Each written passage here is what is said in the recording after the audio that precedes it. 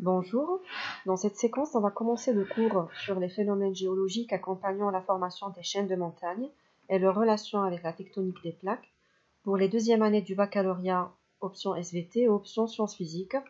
Et on commence par le premier chapitre sur les chaînes de montagnes récentes et leur relation avec la tectonique des plaques. Le plan de notre cours sera comme suit. Dans la première activité, on va voir les différents types de chaînes de montagnes récentes et leur relation avec la tectonique des plaques. Puis on va voir les principales caractéristiques des chaînes de montagnes récentes, à savoir les trois types, les chaînes de subduction, d'obduction et de collision. Et on va terminer par les déformations tectoniques qui accompagnent la formation des chaînes de montagnes.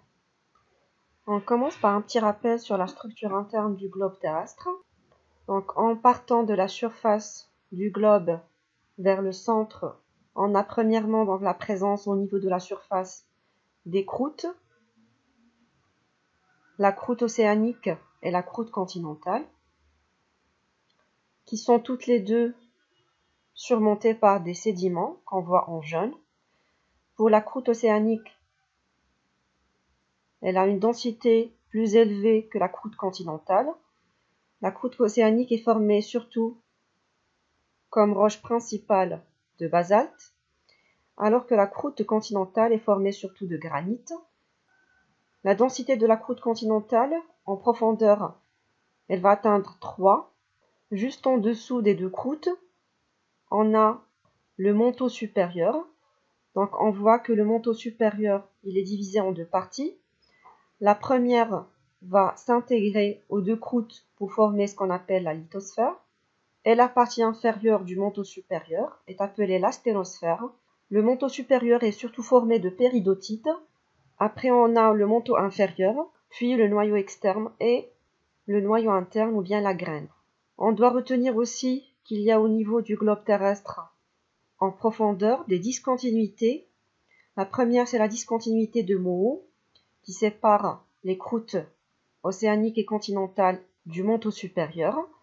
La discontinuité de Gutenberg qui sépare le manteau du noyau externe. Et la troisième discontinuité, c'est la discontinuité de Lehmann qui sépare le noyau externe du noyau interne.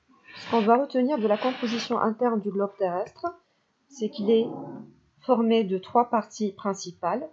La première, c'est la croûte qui est constituée de la croûte terrestre continentale et océanique, et la partie supérieure du manteau supérieur, qu'on appelle le manteau lithosphérique. La croûte terrestre, elle est délimitée par la discontinuité de Moho qui la sépare du manteau supérieur, et on distingue deux types de croûtes. La croûte océanique d'une épaisseur de 7 km qui est composée principalement de basalte. Elle a une densité élevée de 3,2 g par cm3.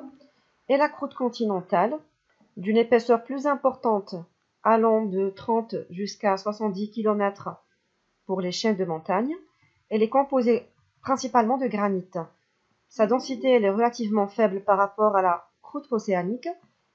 Elle ne dépasse pas 3 g par cm3. En général, elle est de 2,7 g par cm3. Ce qu'on doit retenir principalement, c'est que la croûte océanique, elle est formée surtout de basalte, et la croûte continentale est formée de granit, que la densité de la croûte océanique est plus élevée que celle de la croûte continentale. On distingue dans un second lieu le manteau sur lequel flottent les plaques lithosphériques, car la sténosphère, selon sa nomination asténos qui veut dire mou, elle est constituée de matière relativement plastique du fait de sa température élevée, alors que le manteau inférieur il est plus rigide. Le manteau est constitué principalement de la péridotite. Le manteau s'étend de la discontinuité de Moho jusqu'à la discontinuité de Gutenberg. La troisième partie, c'est le noyau, qui est formé du noyau externe et du noyau interne, qui est la graine, et ils sont séparés par la discontinuité de Lehmann. Donc, selon la théorie de la tectonique des plaques, l'ensemble de la lithosphère rigide est divisé en une douzaine de plaques qui se déplacent les unes par rapport aux autres, engendrant la formation des océans. Or, le volume de la Terre reste constant car l'ouverture des nouveaux océans est accompagnée de la fermeture des anciens avec formation des chaînes de montagnes. C'est pour cela qu'on distingue des zones de divergence au niveau des dorsales océaniques et des zones de convergence. Ce sont les marges actives où il y a formation des chaînes de montagnes.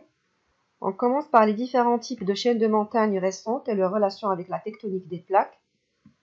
Et on va voir les différents types de limites entre les plaques lithosphériques. On a sur la figure les différentes plaques lithosphériques qui se trouvent au niveau de la surface du globe. Ces plaques sont indépendantes les unes des autres et sont séparées par des marges actives.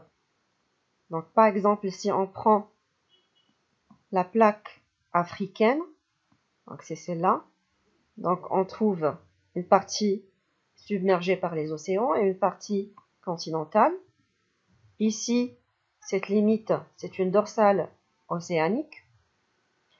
Et cette limite, donc, puisque c'est une dorsale océanique, donc c'est une zone de divergence. Et de ce côté-là, ce qu'on a schématisé par des traits bleus, ce sont les zones de convergence où il y aura formation des chaînes de montagnes, car il y a rapprochement au niveau de deux plaques, la plaque africaine et la plaque Eurasie, pour donner la formation des chaînes de montagnes. On a aussi par exemple ici la plaque Nazca, plaque Amérique du Nord, plaque Antarctique, etc. Donc ces limites de plaques qu'on a schématisées en traits rouges et en traits bleus, ce sont les types de marges actives. Donc on a des zones de divergence qui sont situées dans les fonds océaniques représentés par des dorsales océaniques à grande activité magmatique, engendrant l'éloignement des plaques de part et d'autre des dorsales. Alors que les zones de convergence, qui sont à forte activité sismique, qui engendrent un rapprochement des plaques au niveau desquelles se forment les trois types de chaînes de montagne.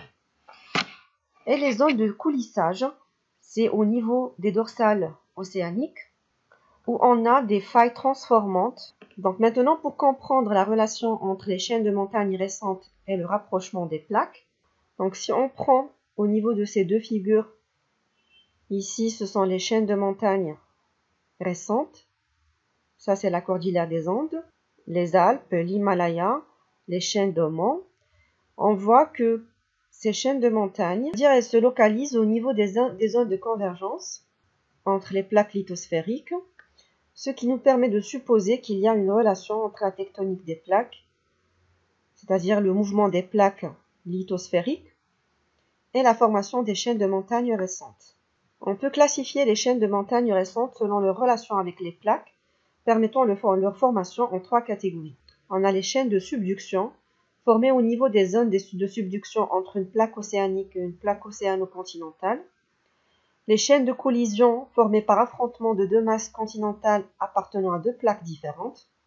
Et les chaînes d'obduction qui résultent d'un chevauchement d'une croûte continentale par une croûte océanique appartenant à deux plaques différentes.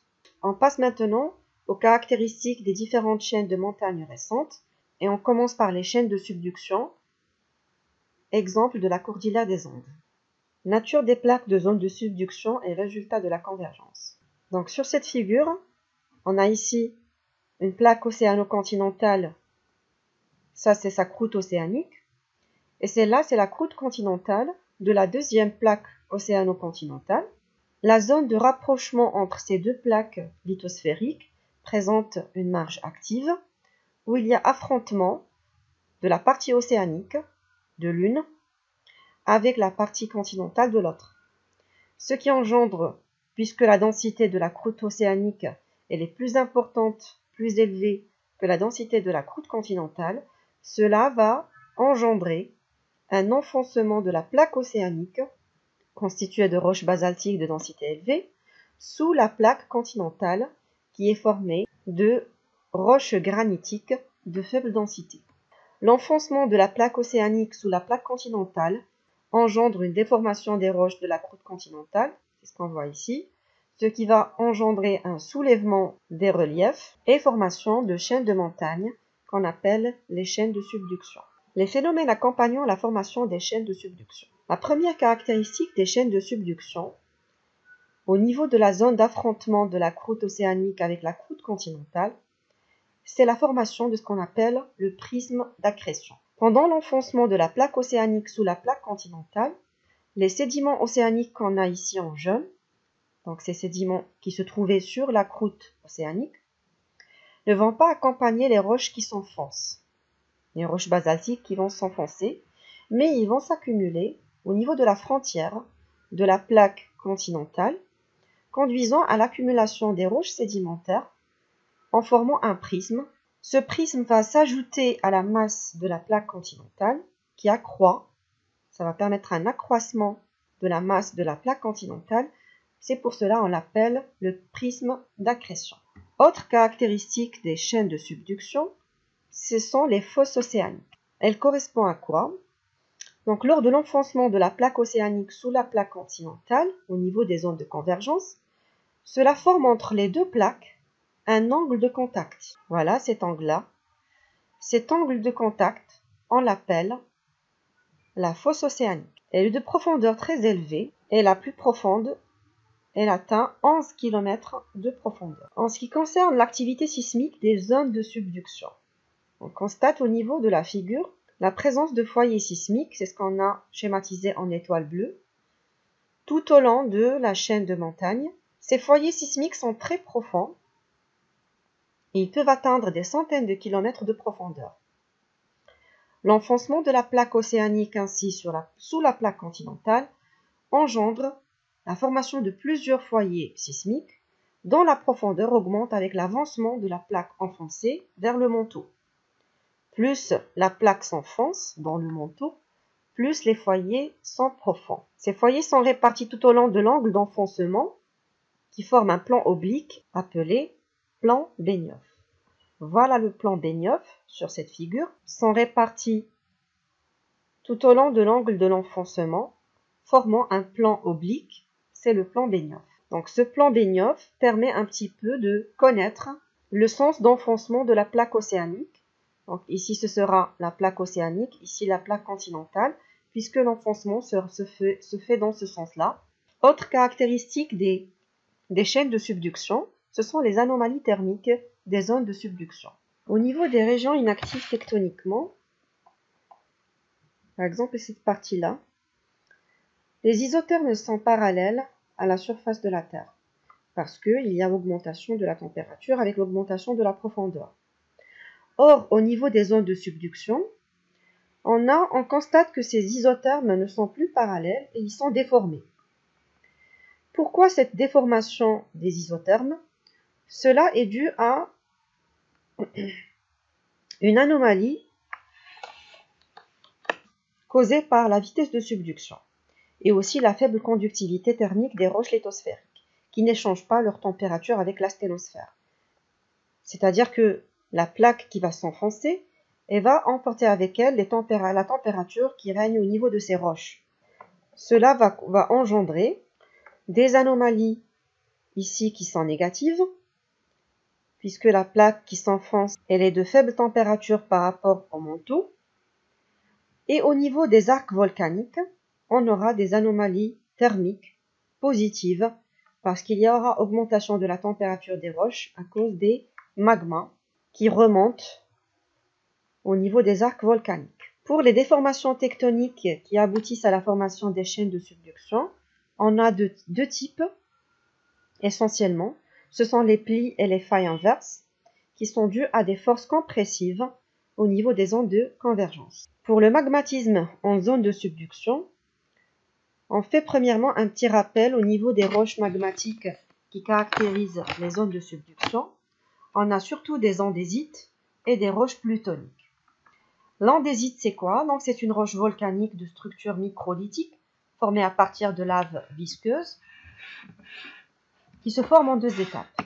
Elle va subir un refroidissement lent en profondeur permettant la formation des grands cristaux et un refroidissement rapide en surface qui forme les petits cristaux appelés les microlithes et du verre. Il y a aussi des roches plutoniques et ce sont des roches qui sont dues à un refroidissement du magma lent en profondeur et qui auront ainsi une structure grenue à cause de ce refroidissement en profondeur. On a ici un petit exercice intégré qui montre donc la variation de la température dans la zone de subduction en fonction de la profondeur. C'est la courbe 1. On a la courbe 2 et 3. Ce sont les solidus, c'est-à-dire les températures de fusion des péridotites. Si le géotherme, voilà le géotherme, recoupe le solidus et le dépasse, comme dans ce cas-là, alors la température est suffisante pour faire fondre la péridotite et créer des magmas. alors que lorsqu'il n'y a pas de recoupement entre le géotherme et le solidus, il n'y aura pas de fusion des péridotites. La première question, on nous dit comparer la variation du début de fusion de la péridotite en présence et en absence d'eau. Si on prend la deuxième courbe, donc ici la température de 1200 à peu près degrés C, c'est la température de début de fusion de la péridotite, et on constate que la température de fusion augmente avec l'augmentation de la profondeur. En ce qui concerne la courbe 3, en absence d'eau, lorsque les péridotites sont dépourvues d'eau, c'est-à-dire elles sont normales. Alors que pour la courbe 2, on constate qu'il n'y a pas d'augmentation de la température, mais au contraire, il y a diminution de la température avec la profondeur, et ce, en présence d'eau, pour recouper le géotherme, et ensuite elle va augmenter pour retourner à sa valeur initiale. On peut déduire de cela que l'eau, qu'est-ce qu'elle fait? Elle va abaisser la température de fusion de la péridotite pour qu'elle puisse recouper le géotherme. On nous dit, est-ce que l'évolution de la température en zone de subduction permet le début de fusion de la péridotite? Si oui, dans quelles conditions? Donc en absence d'eau, il n'y a pas de fusion de péridotite. Ça c'est normal. Pourquoi il n'y a pas? Parce qu'il n'y a pas recoupement avec le géotherme. La courbe de variation de température des zones de subduction ne se recoupe pas avec la courbe de température de fusion de la péridotite. Alors qu'en présence d'eau, les deux courbes se recoupent pour une profondeur comprise. Si on projette ici à ce niveau-là, donc on a entre 60 et 120 km, les deux courbes se recoupent. C'est-à-dire, au niveau de cette profondeur-là, il y aura fusion partielle de la péridotite grâce à cette présence d'eau, à cette hydratation de la péridotite au niveau des zones de subduction. Pour comprendre maintenant l'origine du magma andésitique, on a ici une figure qui montre que lors de l'enfoncement de la plaque océanique sous la plaque continentale, il y a métamorphisme des roches qui forment la plaque océanique, il y a élévation de la pression et de la température. C'est ce qui va causer ce métamorphisme minéralogique des roches de la plaque océanique enfoncée. Cette transformation minéralogique des roches va engendrer des réactions chimiques qui vont libérer de l'eau. Et l'eau qui va être libérée va diffuser à travers le manteau qui devient hydraté et va engendrer ainsi l'apparition de nouveaux minéraux caractéristiques. Cette hydratation du manteau, qu'est-ce qu'elle va causer? Elle va causer une hydratation des péridotites qui forment le manteau. Et lorsque les péridotites sont hydratés, ils vont commencer à fusionner, d'où la fusion partielle de la péridotite à cause de la subduction. Donc vous voyez ici dont on a parlé, donc les isothermes qui se déforment. Voilà les anomalies négatives au niveau de la zone de subduction. Et voilà les anomalies positives au niveau des arcs volcaniques à cause de la montée du magma. Ce magma, il est issu de quoi? Il est issu de cette fusion partielle de la péridotite. Ce magma, lorsqu'il va remonter, il aura une densité plus faible que celle des roches adjacentes et il va ainsi remonter à la surface et donner soit des explosions volcaniques andésitiques, c'est ce qui va donner de l'andésite en surface, alors que lorsque le magma va se refroidir en profondeur, on aura formation de roches plutoniques. C'est par exemple 4 et 3. Ce sont des plutons, des roches plutoniques qui se sont refroidies lentement en profondeur. On passe maintenant aux étapes de formation des chaînes de subduction. Prenons comme exemple la cordillère des Andes. Donc, cette cordillère des Andes, qui est une chaîne de montagnes de subduction, c'est le résultat du rapprochement et de l'enfouissement de la plaque océanique du Nazca. Voilà la plaque océanique du Nazca, qui va s'enfoncer sous la plaque lithosphérique continentale d'Amérique du Sud, qui est moins dense, selon les étapes suivantes.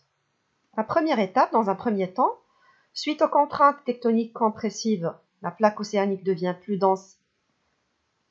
Elle va se briser et s'enfoncer lentement sous la lithosphère continentale. Dans la zone d'affrontement se crée une fosse océanique et les sédiments marins recouvrant la plaque plongeante sont rabotés et raclés par la plaque chevauchante, ce qui va donner la formation du prisme d'accrétion. Les roches de la croûte océanique plongeante subissent en profondeur des pressions et des températures de plus en plus grandes et se transforment et libèrent de l'eau qui crée les conditions de fusion partielle de la péridotite avec production d'un magma andésitique. Sous l'effet des contraintes tectoniques compressives, il se produit un raccourcissement et un empilement du matériel, ce qui entraîne un épaississement de la croûte continentale et la suréction, c'est-à-dire le soulèvement des reliefs, pour former les chaînes de montagnes qui forment la cordillère des Andes. Notons bien que l'épaississement de la croûte continentale en profondeur engendre la formation d'une racine crustale appelée la racine orogénique. On a ici un bilan des caractéristiques des chaînes de subduction. Les caractéristiques structuraux sont la présence de failles inverses de plis et de prismes d'accrétion. Les caractéristiques rocheuses, on a des roches volcaniques, les andésites, qui vont se former en surface grâce à des volcans, et les roches plutoniques qui se refroidissent en profondeur, comme les granitoïdes, et on a aussi des roches métamorphiques qui sont dues à l'enfoncement de la plaque océanique sous la plaque continentale. Ces roches métamorphiques, on va les voir en détail dans le deuxième chapitre. Les caractéristiques topographiques sont des reliefs négatifs, les fosses océaniques et les plaines continentales, et des reliefs positifs avec des chaînes de montagnes et aussi des arcs volcaniques, formant aussi des îles volcaniques lors de la subduction